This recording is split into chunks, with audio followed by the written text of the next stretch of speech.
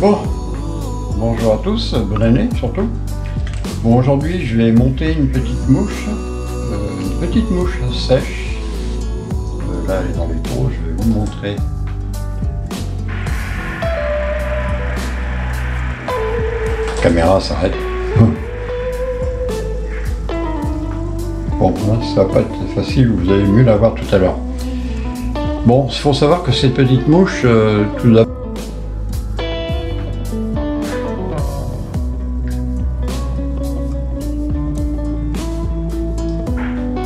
problème avec le smartphone.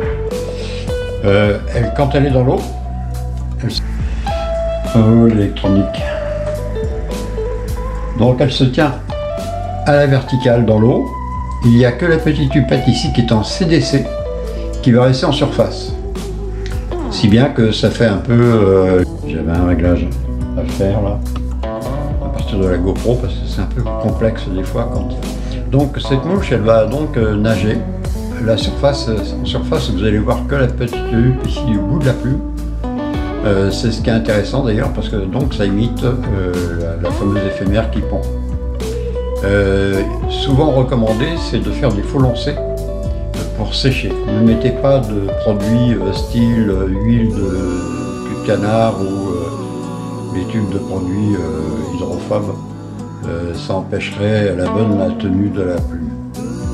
Donc je vais vous montrer surtout un peu pour les débutants qui m'ont demandé qu'est-ce qu'on utilise déjà comme matériel.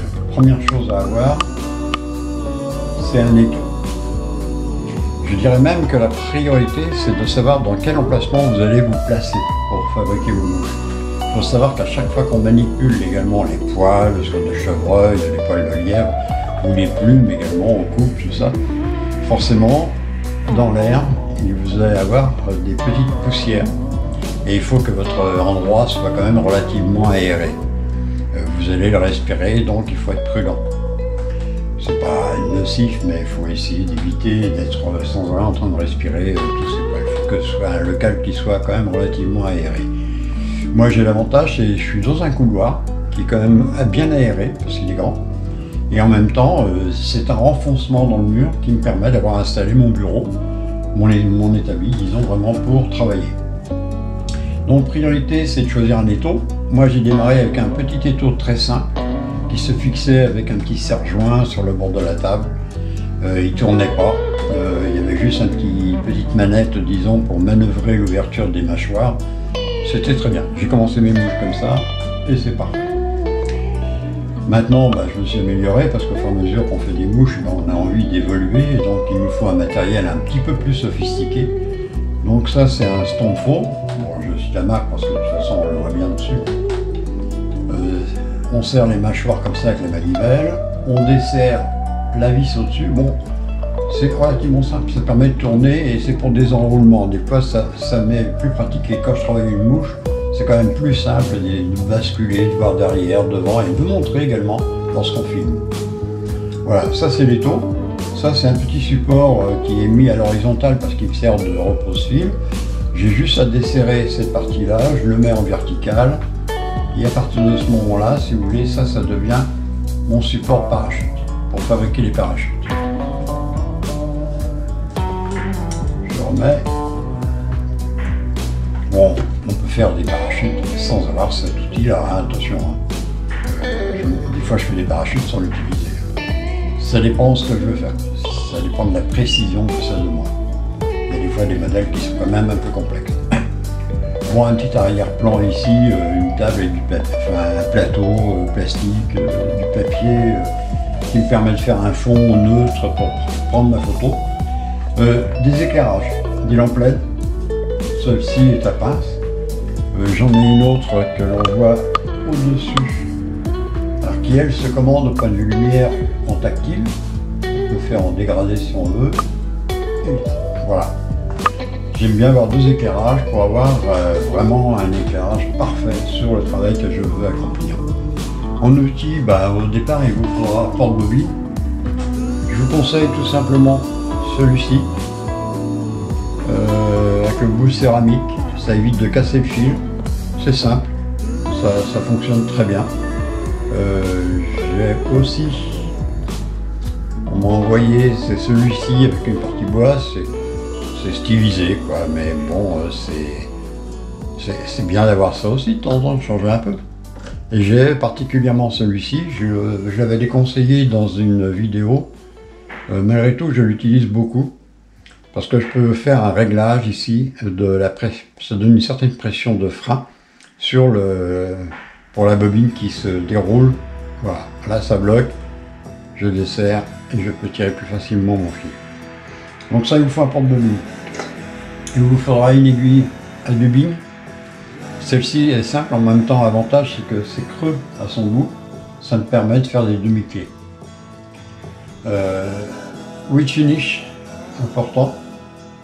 Beaucoup sont habitués à le faire peut-être à la main, faire avec ses doigts, on peut. J'ai une finition beaucoup plus précise avec ça, et une meilleure attache et une meilleure durée de vie de mes mouches. Ça c'est un appareil que vous avez dû voir dans mes vidéos. Ça permet de faire du dubbing loop, c'est pour faire des enroulements de poils, ou même de dubbing certaines fois. C'est cher, c'est inconvénient, mais il est monté sur roulement à billes. C'est un matériel déjà de précision. Je ne regrette pas mon achat. Il vous faudra une petite brosse, un petit peigne pour les poils, petite brosse également. Celle-ci est simple, je l'utilise beaucoup. Brosse à dubbing pour redonner un petit peu de panache à votre dubbing. Avoir des ciseaux. Alors là j'ai particulièrement, je vous montre ma panoplie de ciseaux. Bon, les petits ciseaux simples. Ciseaux également un peu plus sophistiqués, pointus, droits. Courbes pour faire le rasage un peu de certaines mouches faites en poil de chevreuil où on veut effectivement couper l'arrondi autour. Vous aurez l'occasion de me voir, j'ai des vidéos je pense. Petite paire de ciseaux très fine, vous me voyez souvent faire le montage avec. Bon, on a fait un peu le tour, j'oublie certainement des choses. Ce qu'il vous faudra c'est bien sûr la ligne poil, vous enfilez vos poils par l'entonnoir ici, vous tapez sur le bord de votre bureau, ensuite vous faites ceci, puis vous sortez vos poils comme ça, on aura l'occasion de le voir. Moi j'ai aussi cet outil là qui est pratique, avec une lame de rasoir, c'est pour couper les poils, pour faire vraiment un bel alignement et une belle finition de certaines mouches. C'est pas nécessaire au début, vous pouvez faire au ciseau. Et petit à petit avec une lame de rasoir au départ que je prenais, je pinçais, mais par prudence je préfère avoir l'outil parce que ça évite de se couper les doigts. Un passe-fil également qui est important pour pouvoir l'enfiler ici dans le bout de votre porte-bobine qui va ressortir ici et vous passez votre fil dedans, vous tirez, c'est comme ça que vous passez votre fil dans le porte-bobine. Voilà, on a à peu près l'essentiel de base. Il faut un petit investissement. Ce qu'il faudra aussi, c'est bien sûr des vernis UV et cette lampe UV qui permet de sécher rapidement votre vernis. Bon, on va s'attaquer au montage. Je fais une pause, j'installe la caméra. Allez, le montage de cette mouche, c'est simple, hein. Juste un peu de patience. Bon allez, je serre le dos, je débloque la mâchoire pour sortir ma mouche et on va attaquer. Alors il va vous falloir des hameçons, je prends 16, c'est petit hein, mais il faut travailler fin. Il faut apprendre à faire fin. Un hameçon sans orbillon. Vous pouvez le faire avec du 14. Plus grand. Je vous montre avec 16. Je bloque. Changement d'évêque. Sport de plus près. Bon, le porte-bobine. Fil marron. Fil noir, pardon. Autant pour moi, je démarre avec du fil noir. Du black.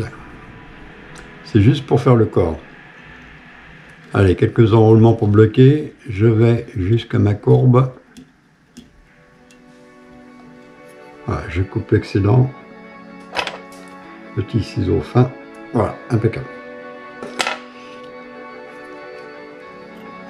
Pas se prendre, faire attention de ne pas se prendre dans l'hameçon. Voilà un fil qui part en jaille. On va le changer. Changement de fil. Voilà le passe-fil. Comment je l'utilise? Je passe dans le bout. Je viens le caler ici. Je le tiens avec mon pouce et mon index. Je prends le bout de mon fil que j'ai déroulé au préalable. Je passe dans le triangle. Voilà. Ça va plus vite d'habitude.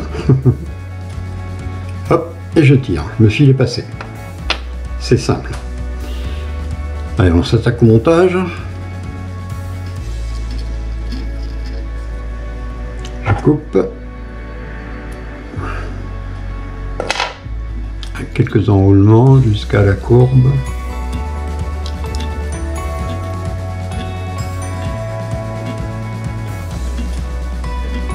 Voilà. Je vais utiliser du tinsel. Tinsel rond. Il n'est pas métallique. D'où l'intérêt, pourquoi pas métallique, c'est tout simplement pour que ma mouche ne soit pas attirée dans le fond de la rivière. C'est pour qu'elle reste être une sèche, comme c'est son but au début. Voilà, j'enroule directement sur mon tinsel. Je m'arrête un petit peu avant. Si vous remarquez, je laisse de la place ici parce que là j'ai une attache à faire. Et changement de fil. Je fais mon enroulement.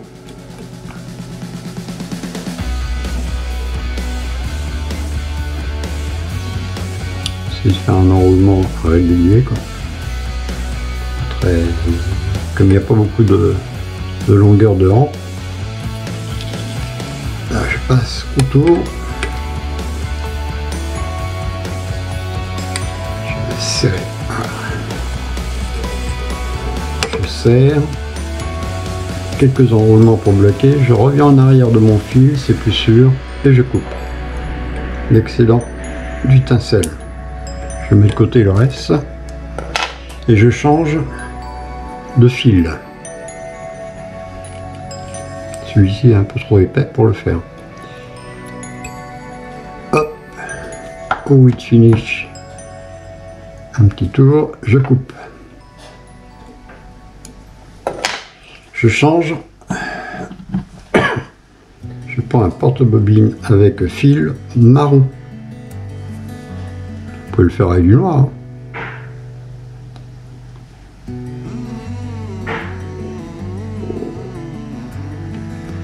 Je vais couper l'excédent ici. Maintenant, je vais fixer. Je vais prendre plume CDC, couleur tabac, vous pouvez faire blanc, vous pouvez le faire jaune. Je prends 2 plumes.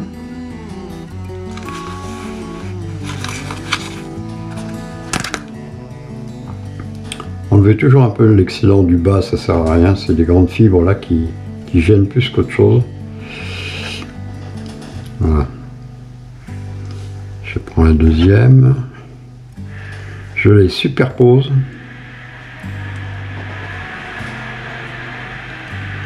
J'aligne mes 2 plumes ensemble.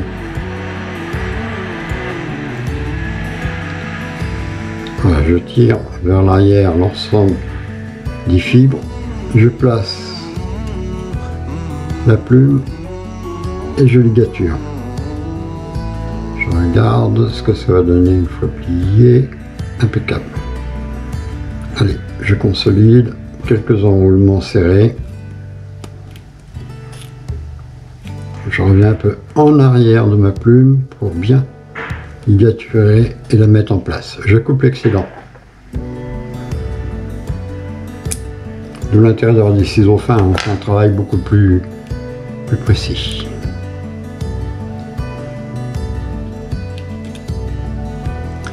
Je vais prendre un petit peu de dubbing, poil de lièvre, mélanger. J'ai fabriqué moi-même, j'ai fait un petit mélange spécial. je passe un petit peu de cire sur le fil.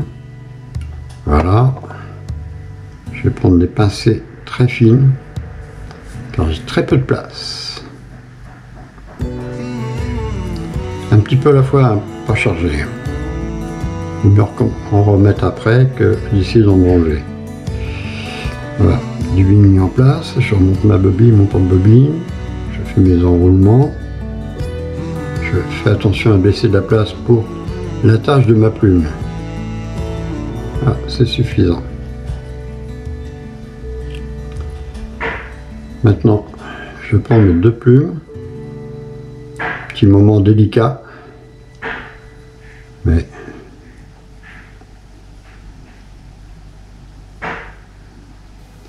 je manque un petit peu de dubbing.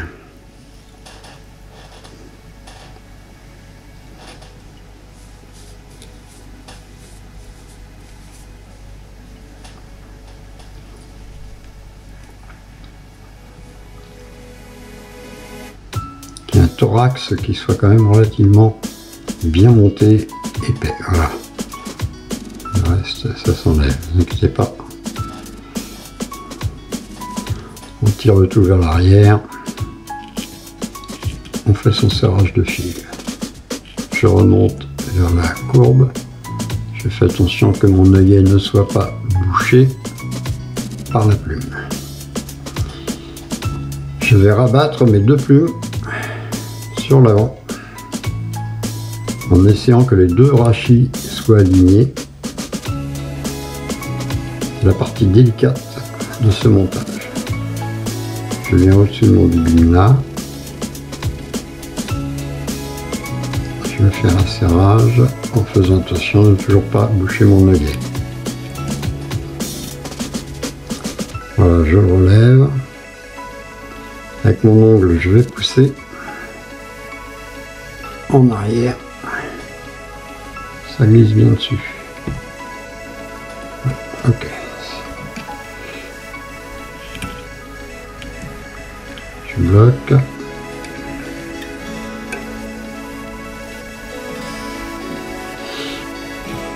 With finish.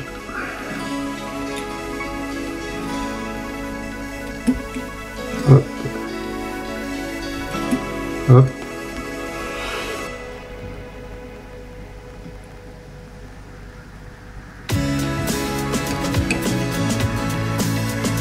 Voilà.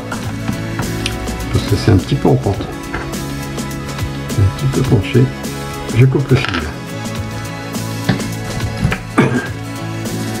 Je vais prendre une paire de ciseaux adéquate. Je vais couper quelques fils en trop ici. Pas nécessaire. Voilà, c'est bien. Vous voyez, quand on peut tourner les tours, évidemment, on a un travail beaucoup plus précis. Voilà, je laisse juste quelques fibres.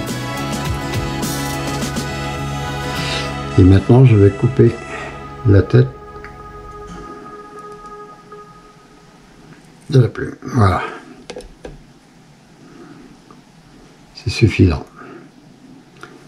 Ah, c'est amusant à faire. Là, quand on souffle dans les plumes, ça s'envole.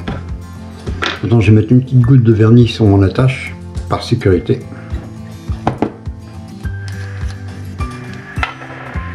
Je prends l'aiguille à dubbing, hein. Une autre aiguille si vous avez. Pas trop de vernis, hein, juste une petite goutte, histoire de rendre plus solide l'attache. En dessous, voilà, petite goutte de vernis, ça coule dedans, c'est parfait.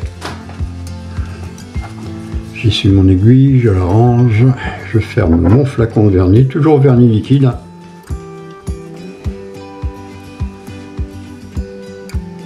Vous trouvez ça, hein, Ardent Pêche, pêcheur.com et bien d'autres. Je n'ai pas de pub spécialement à faire, moi je suis pas mécontent. Surtout pêcheur.com, ils sont amis en même temps et sont des gens qui pêchent très très bien. Voilà, petit fil dans l'œillet pour vérifier qu'il n'est pas bouché.